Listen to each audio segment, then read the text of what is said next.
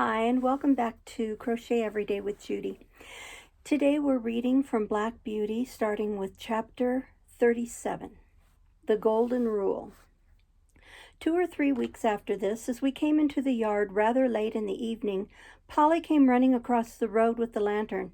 She always brought it to him if it was not very wet.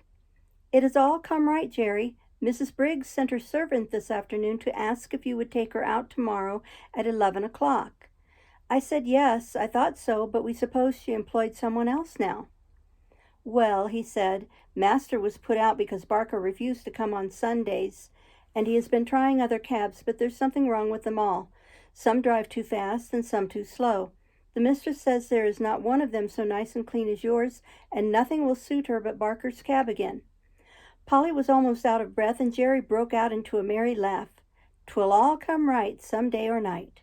You were right, my dear. You generally are. Run in and get the supper, and I'll have Jack's harness off and make him snug and happy in no time." After this, Mrs. Briggs wanted Jerry's cab quite as often as before. Never, however, on a Sunday.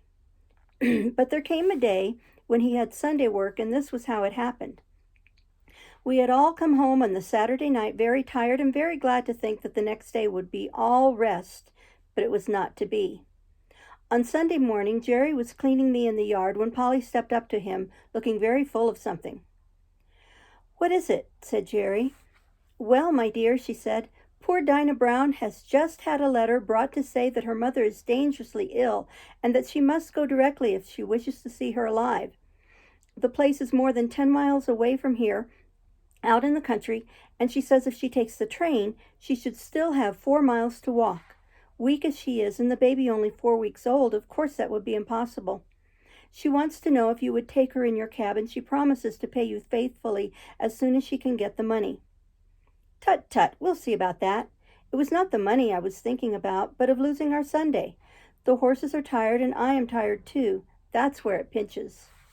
"It pinches all round, for that matter," said Polly, "for it's only half Sunday without you, but you know we should do to other people as we should like they should do to us. I know very well what I should like if my mother was dying." Excuse me.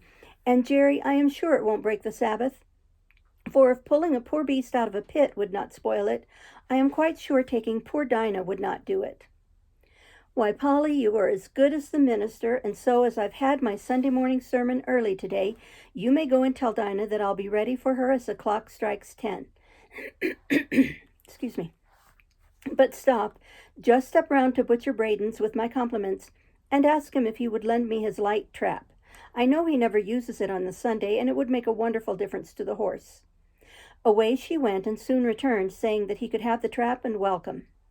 "All right," said he. "Now put me up a bit of bread and cheese, and I'll be back in the afternoon as soon as I can." "And I'll have the meat pie ready for an early tea instead of for dinner," said Polly, and away she went while he made his preparations to the tune of "Polly's the Woman and No Mistake," of which tune he was very fond. I was selected for the journey, and at 10 o'clock we started in a light, high-wheeled gig which ran so easily that after the four-wheeled cab it seemed like nothing.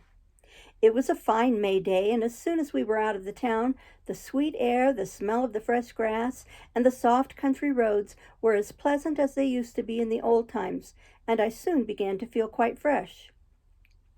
Dinah's family lived in a small farmhouse up a green lane, close by a meadow with some fine shady trees. There were 2 cows feeding in it. A young man asked Jerry to bring his trap into the meadow, and he would tie me up in the cowshed. He wished he had a better stable to offer. "If your cows would not be offended," said Jerry, "there is nothing my horse would like so well as to have an hour or 2 in your beautiful meadow. He's quiet, and it would be a rare treat for him." "Do, and welcome," said the young man. "The best we have is at your service for your kindness to my sister.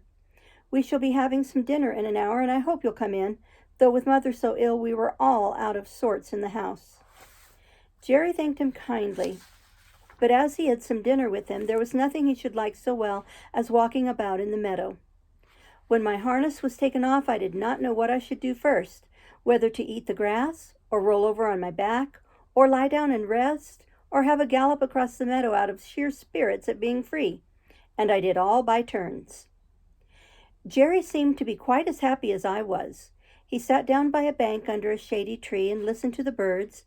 Then he sang to himself and read out of the little brown book he is so fond of, then wandered around the meadow and down by a little brook, where he picked the flowers and the hawthorn and tied them up with long sprays of ivy. Then he gave me a good feed of the oats which he had brought with him, but the time seemed all too short. I had not been in a field since I left poor Ginger at Earlshaw. We came home gently, and Jerry's first words were, as we came into the yard, "Well, Polly, I have not lost my Sunday after all, for the birds were singing hymns in every bush, and I joined in the service. And as for Jack, he was like a young colt." When he handed Dolly the flowers, she jumped about for joy. Chapter 38. Dolly and a Real Gentleman. The winter came in early with a great deal of cold and wet. There was snow or sleet or rain almost every day for weeks, changing only for keen driving winds or sharp frosts. The horses all felt it very much. When it is a dry cold, a couple of good thick rugs will keep the warmth in us. But when it is soaking rain, they soon get wet through and are no good.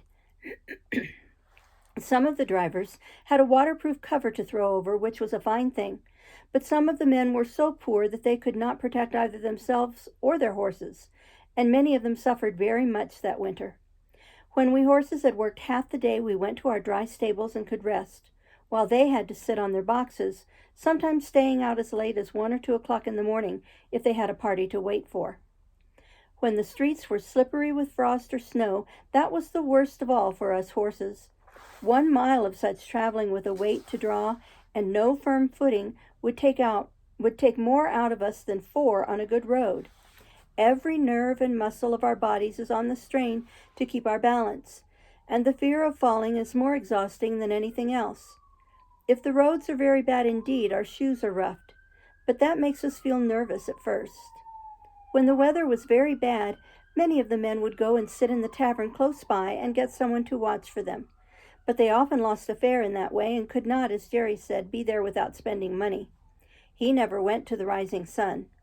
There was a coffee shop near where he now and then went, or he bought of an old man who came to our rank with tins of hot coffee and pies. It was Jerry's opinion that spirits and beer made a man colder afterwards, and that dry clothes, good food, cheerfulness, and a comfortable wife at home were the best things to keep a cabman warm. Polly always supplied him with something to eat when he could not get home, and sometimes he would see little Dolly peeping from the corner of the street to make sure if Father was on the stand. If she saw him, she would run off at full speed and soon come back with something in a tin or basket, some hot soup or pudding that Polly had ready. It was wonderful how such a little thing could get safely across the street, often thronged with horses and carriages, but she was a brave little maid and felt it quite an honor to bring Father's first course, as he used to call it. She was a general favorite on the stand, and there was not a man who would not have seen her safely across the street if Jerry had not been able to do it. One cold, windy day, Dolly had brought Jerry a basin of something hot and was standing by him while he ate it. He had scarcely begun when a gentleman, walking toward us very fast, held up his umbrella. Jerry touched his hat in return, gave the basin to Dolly, and was taking off my cloth when the gentleman, hastening up, cried out, "No, no, finish your soup, my friend. I have not much time to spare, but I can wait till you have done, and set your little girl safe on the pavement." So saying, he seated himself in the cab. Jerry thanked him kindly and came back to Dolly. "There, Dolly, that's a gentleman. That's a real gentleman, Dolly. He has got time and thought for the comfort of a poor cabman and a little girl." Jerry finished his soup, set the child across, and then took his orders to drive to Clapham Rise. Several times after that, the same gentleman took our cab. I think he was very fond of dogs and horses, for whenever we took him to his own door, 2 or 3 dogs would come bounding out to meet him. Sometimes he came round and patted me, saying in his quiet way, "This horse has got a good master, and he deserves it." It was a very rare thing for anyone to notice the horse that had been working for him. I have known ladies do it now and then, and this gentleman and 1 or 2 others have given me a pat and a kind word. Excuse me.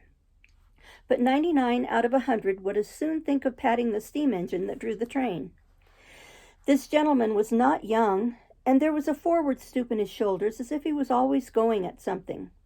His lips were thin and close shut. though they had a very pleasant smile. His eye was keen, and there was something in his jaw and the motion of his head that made one think he was very determined in anything he set about. His voice was pleasant and kind. Any horse would trust that voice, though it was just as decided as everything else about him. One day he and another gentleman took our cab. They stopped at a shop in our street, and while his friend went in, he stood at the door. A little ahead of us on the other side of the street, a cart with two very fine horses was standing before some wine vaults. The carter was not with them, and I cannot tell how long they had been standing before they seemed to think they had waited long enough and began to move off. Before they had gone many paces, the carter came running out and caught them. He seemed furious at their having moved, and with whip and rein punished them brutally, even beating them about the head. Our gentleman saw it all, and stepping quickly across the street, said in a decided voice, "If you don't stop that directly, I'll have you arrested for leaving your horses and for brutal conduct." The man, who had clearly been drinking, poured forth some abusive language, but he left off knocking the horses about and, taking the reins, got into his cart. Meantime, our friend had quietly taken a notebook from his pocket, and looking at the name and address painted on the cart, he wrote something down. "What do you want with that?" growled the carter as he cracked his whip and was moving on. A nod and a grim smile was the only answer he got. On returning to the cab, our friend was joined by his companion, who said laughingly, "I should have thought right. You had enough business of your own to look after without troubling yourself about other people's horses and servants." Our friend stood still for a moment and said, "Do you know why this world is as bad as it is?" "No," said the other. "Then I'll tell you. It is because people think only about their own business and won't trouble themselves to stand up for the oppressed, nor bring the wrongdoer to light. I never see a wicked thing like this without doing what I can, and many a master has thanked me for letting him know how his horses have been used." "I wish there were more gentlemen like you, sir," said Jerry, "for they are wanted badly enough in this city." After this we continued our journey, and as they got out of the cab, our friend was saying, "My doctrine is this, that if we see cruelty or wrong that we have the power to stop and do nothing, we make ourselves sharers in the guilt." Chapter 39. Seedy Sam. I should say that for a cab horse I was very well off indeed. My driver was my owner, and it was his interest to treat me well and not overwork me, even if he had not been so good a man as he was.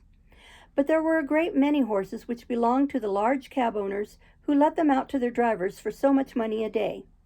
As the horses did not belong to these men, the only thing they thought of was how to get their money out of them first, to pay their master, and then to provide for their own living, and a dreadful time some of these horses had of it. Excuse me. Of course I understood but little, but it was often talked over on the stand, and the governor, who was a kind-hearted man and fond of horses, would sometimes speak up if one came in very much jaded or ill-used. One day a shabby, miserable-looking driver, who went by the name of Seedy Sam, brought in his horse looking dreadfully beat, and the governor said, "You and your horse look more fit for the police station than for this rank." The man flung his tattered rug over the horse, turned full round upon the governor, and said in a voice that sounded almost desperate, "If the police have any business with the matter, it ought to be with the masters who charge us so much, or with the fares that are fixed so low. If a man has to pay 18 shillings a day for the use of a cab and 2 horses, as many of us have to do in the season, and must make up that before we earn a penny for ourselves, I say 'tis more than hard work. 9 shillings a day to get out of each horse before you begin to get your own living. You know that's true, and if the horses don't work, we must starve. My children and I have known what that is before now. I've 6 of them, and only one earns anything. I am on the stand 14 or 16 hours a day, and I haven't had a Sunday these 10 or 12 weeks. You know Skinner never gives a day if he can help it, and if I don't work hard, tell me who does. I want a warm coat and a mackintosh, but with so many to feed, how can a man get it? I had to pledge my clock a week ago to pay Skinner, and I shall never see it again." Some of the other drivers stood round nodding their heads and saying he was right. The man went on, "You that have your own horses and cabs or drive for good masters have a chance of getting on and a chance of doing right. I haven't. We can't charge more than 6 pence a mile after the first within the 4-mile radius. This very morning I had to go a clear 6 miles and only took 3 shillings. I could not get a return fare and had to come all the way back. There's 12 miles for the horse and 3 shillings for me. After that I had a 3-mile fare, and there were bags and boxes enough to have brought in a good many 2 pences if they had been put outside. But you know how people do. All that could be piled up inside on the front seat were put in, and 3 heavy boxes went on the top. That was 6 pence, and the fare 1 and 6 pence. Then I got a return for a shilling.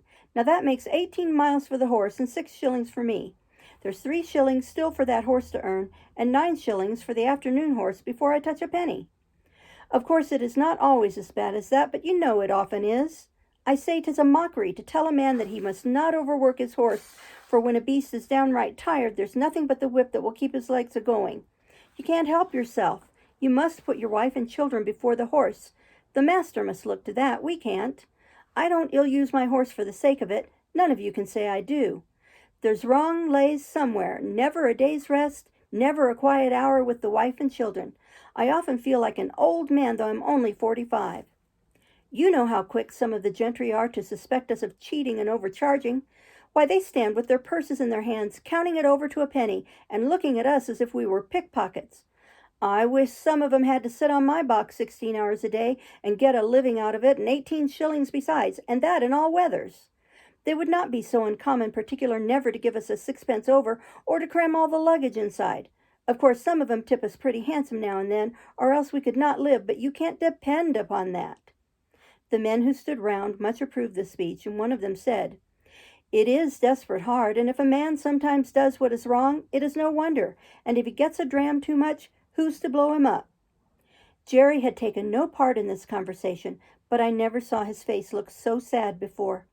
The governor had stood with both his hands in his pockets. Now he took his handkerchief out of his hat and wiped his forehead. "You've beaten me, Sam," he said, "for it's all true, and I won't cast it up to you any more about the police. It was the look in that horse's eye that came over me. It is hard lines for man, and it is hard lines for beast, and who's to mend it, I don't know. But anyway, you might tell the poor beast that you were sorry to take it out of him in that way. Sometimes a kind word is all we can give 'em, poor brutes, and 'tis wonderful when they do understand." A few mornings after this talk, a new man came on the stand with Sam's cab. "Halloo," said one. "What's up with Seedy Sam?" "He's ill in bed," said the man. "He was taken last night in the yard and could scarcely crawl home. His wife sent a boy this morning to say his father was in a high fever and could not get out, so I'm here instead." The next morning, the same man came again. "How is Sam?" inquired the governor. "He's gone," said the man. "What? Gone? You don't mean to say he's dead?" "Just snuffed out," said the other. "He died at 4 o'clock this morning. All yesterday he was raving about Skinner and having no Sundays. 'I never had a Sunday's rest,' were his last words." No one spoke for a while, and then the governor said, "I tell you what, mates, this is a warning for us." We'll stop there today and start tomorrow with chapter 40. Bye-bye.